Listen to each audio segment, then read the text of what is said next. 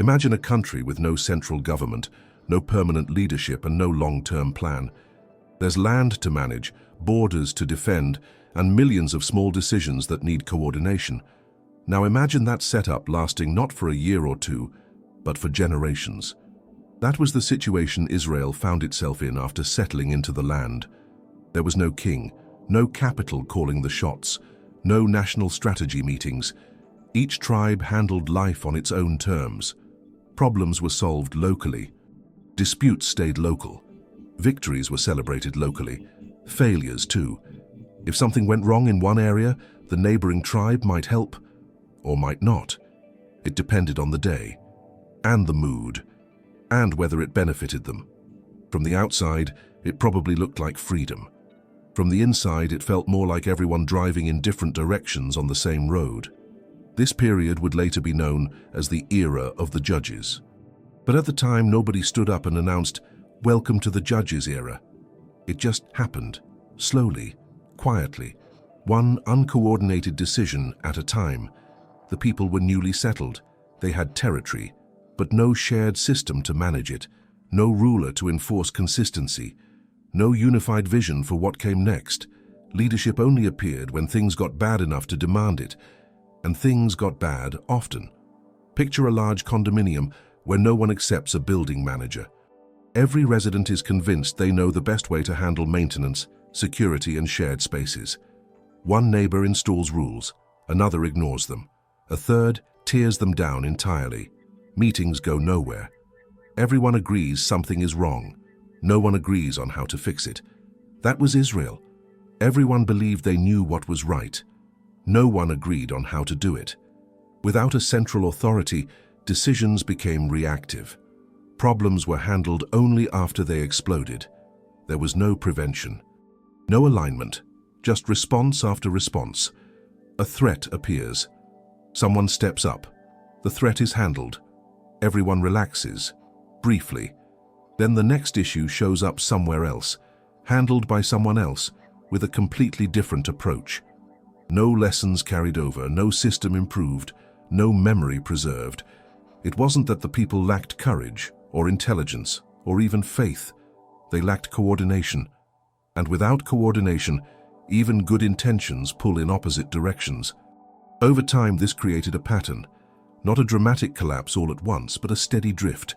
Small compromises here, short-term fixes there, decisions made for survival, not sustainability. The structure wasn't strong enough to hold everyone together, and when structures are weak, personalities start filling the gaps. Some people naturally step forward, others resist being led. Tension grows. Conflicts don't just come from enemies outside the borders, but from within. This wasn't chaos in the sense of total anarchy. It was something quieter, a system that never fully stabilized, a society always reacting, always improvising, and that kind of instability doesn't resolve itself. It repeats. The era of the judges doesn't move in a straight line. It moves in a loop. Once the pattern starts, it becomes almost predictable. The people drift away from their commitments. Slowly at first, then more openly. Priorities shift, agreements loosen. What once felt important starts feeling optional. Nothing explodes immediately, but cracks begin to show. Then things fall apart. Security weakens, enemies take advantage, internal conflicts grow louder. Daily life becomes harder than it needs to be. The system, already fragile, starts showing stress from every direction at once. At that point, the people do what people usually do when everything goes wrong. They ask for help, not casually, urgently, and help arrives. A judge appears, sometimes from a respected family, sometimes from the least expected place. There's no election, no transition of power, no long onboarding process. The crisis itself appoints the leader. The judge steps in, the threat is confronted, order is restored, peace returns, for a moment, briefly. And during that moment, everything feels fine again. The danger is gone, the pressure eases, people breathe, life stabilizes just enough to feel normal. But the system hasn't changed. The root problem was never addressed. No long-term structure was built. No shared direction was established. The crisis was solved, not the conditions that created it. So the peace doesn't last. It fades, slowly at first, then suddenly, and before anyone realizes it, the cycle starts over. The people drift away, things fall apart. They cry for help.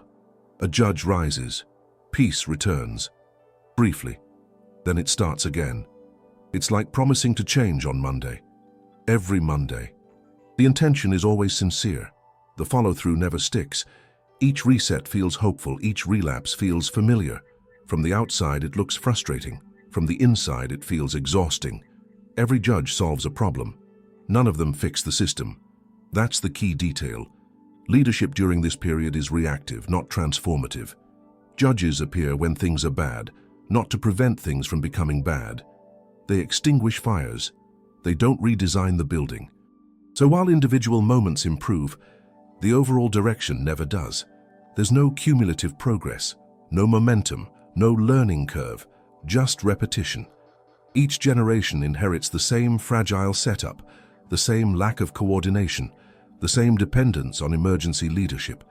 And because nothing structural changes, the crises slowly intensify. What once required minor intervention now demands extreme action. What used to be manageable becomes overwhelming. The cycle doesn't just repeat. It degrades. Every loop leaves the system a little weaker. Trust erodes. Expectations drop. Short-term thinking becomes the norm. People stop planning far ahead because experience has taught them not to. Why build something lasting if the structure won't support it? Why commit deeply if everything resets anyway? So the society adapts to instability instead of fixing it. Improvisation becomes a habit. Survival replaces vision. And the longer this goes on, the harder it becomes to break out. Because repetition doesn't just wear systems down, it wears people down. And the more time passes, the worse it gets. Here's the part almost no one notices. If the era of the judges sounds chaotic so far, some people still assume one thing, that at least the leaders were solid. Strong, wise, reliable, they weren't. If you think every judge was a role model, prepare yourself. Judges didn't rise because they were carefully trained leaders. They appeared because something went wrong and someone needed to act fast. Crises don't wait for perfect candidates. They elevate whoever is available, willing, or loud enough to step forward. Sometimes that worked out surprisingly well. Some judges were brave. They took risks. They confronted real threats when no one else would. In moments of danger, courage mattered more than credentials, and a few of them delivered exactly what the situation required. But courage isn't the same thing as leadership, and that's where things start to slide. Other judges were deeply questionable, impulsive, unstable, poor decision-makers with just enough authority to cause damage. They had power without maturity, influence without accountability, strength without restraint. They could solve a crisis. They couldn't lead a society. This is where the gap becomes obvious. Fixing a problem once doesn't mean you know how to guide people long-term. Winning a battle doesn't mean you understand how to build peace afterward. It's like promoting someone at work because they handled one emergency really well. They stayed late. They saved the day. Everyone applauds, so they get promoted, and then they start making decisions every day. That's when things get uncomfortable. Because leadership isn't about reacting under pressure. It's about consistency, judgment, and restraint. And many of the judges had none of that. As time went on, the consequences stacked up. Internal conflicts increased. Tribes stopped trusting each other. Old disputes resurfaced and escalated faster than before. Without a shared authority to mediate, disagreements turned personal, then political, then violent. Decisions became more extreme because moderation stopped working. When systems are weak, people compensate with force. When coordination fails, power fills the vacuum. And the danger wasn't coming from outside enemies anymore. Here's the central point. The chaos didn't come from foreign threats, it came from within. The lack of structure turned every strong personality into a potential destabilizer. Every leader became a gamble. Sometimes the outcome helped. Other times, it made everything worse. And because there was no stable framework to correct bad leadership, mistakes echoed. One poor decision triggered another. One overreaction justified the next. The cycle didn't just repeat, it intensified. What started as scattered leadership slowly became something darker. Violence wasn't just a response to danger anymore. It became a tool, a habit, a shortcut. The society wasn't collapsing because it lacked heroes. It was collapsing because it relied on them. When a system depends on exceptional individuals instead of stable structure, it becomes fragile. Every new leader resets the direction. Every personality reshapes the rules. And over time, that unpredictability erodes everything else. Trust limits restraint. The ground keeps shifting. People stop knowing where the lines are. And when that happens, the next stage isn't confusion. It's escalation. And that escalation leads directly to the darkest point of the entire era.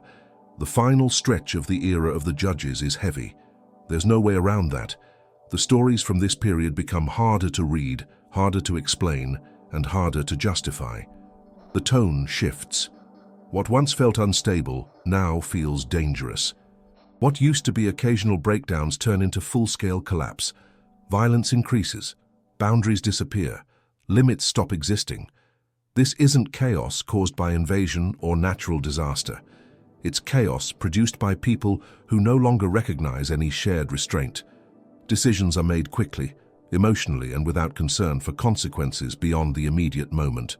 At this point, there's no inspiring comeback arc, no heroic montage, just warning signs. Here, the stories don't aim to make the audience feel good. They exist to show what happens when instability goes unchecked for too long, when cycles repeat without correction, when leadership remains temporary and accountability remains optional. The text itself stops softening the picture. It simply states what became normal. Everyone did what was right in their own eyes. Not what was lawful, not what was wise, not what was good for the group. Just what felt right to each person at the moment. That line isn't poetic, it's diagnostic.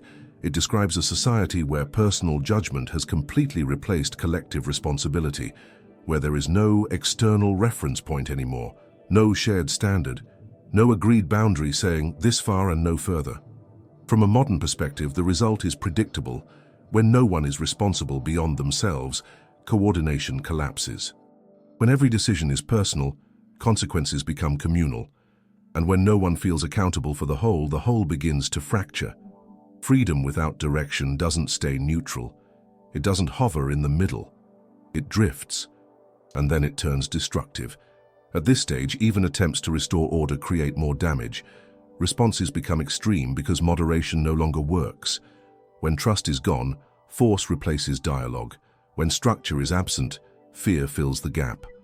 What makes this part especially unsettling is how normalized everything feels. The characters don't act surprised anymore. There's no shock, no pause to question how things reach this point.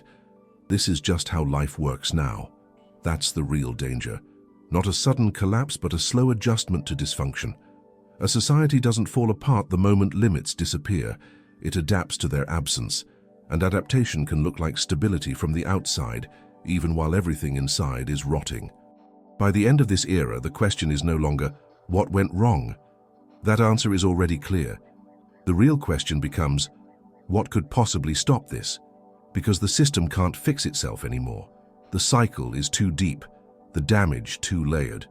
Every solution only treats symptoms, never causes. And that's exactly why something new is about to happen. Not because everything suddenly improves, but because things have gone too far to continue the same way.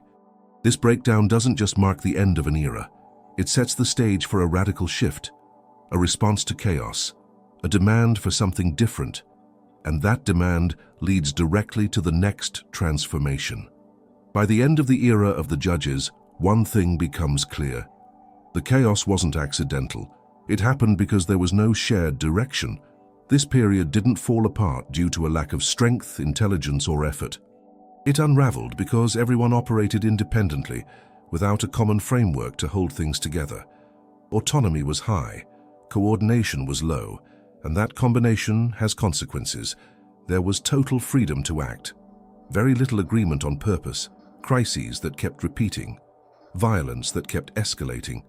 Each problem was handled in isolation. Each solution applied only to the moment. Nothing connected long enough to create stability. Freedom on its own sounds appealing. Everyone doing what they believe is right.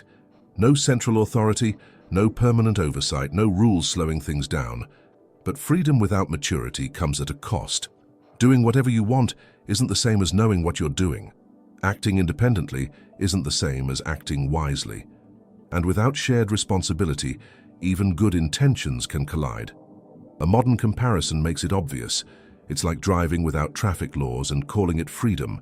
No speed limits, no lanes, no signals. Everyone decides what feels right in the moment. At first, it sounds flexible, liberating even, until everyone starts crashing into each other. The era of the judges shows that structure isn't the enemy of freedom. It's what keeps freedom from turning destructive. Boundaries don't exist to suffocate life. They exist to keep it from collapsing. The chaos exposed something deeper. A society can't survive on improvisation forever. Emergency leadership works in emergencies, not as a permanent model. Heroes can solve moments, they can't sustain systems. That's why the problem was never a shortage of bold figures. It wasn't a lack of people willing to step up. The problem was direction. Without a shared path, every leader pulled differently. Every solution reset the rules. Nothing accumulated. Nothing endured. The system depended on exceptional individuals instead of reliable structure, and that made it fragile by design. Eventually, even the people living inside that system could feel it. The instability wasn't exciting anymore. It was exhausting. The cycles weren't dramatic. They were predictable. And predictability without progress breeds frustration. So the conversation started to shift. If this keeps repeating, something has to change. If temporary leadership isn't enough, something more permanent is needed. If chaos is the result of everyone doing what seems right, maybe guidance matters after all. That realization didn't come from theory. It came from experience. The chaos of the judges didn't end because people suddenly became wiser or more united. It ended because the system reached its limit. The cycle had gone as far as it could go without breaking completely. And that pressure led to a demand for structure, for continuity, for leadership that didn't disappear when the crisis ended.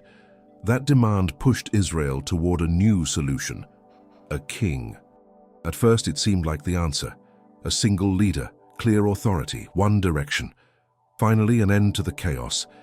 And in some ways it worked. But that decision didn't end the story. It only moved it forward.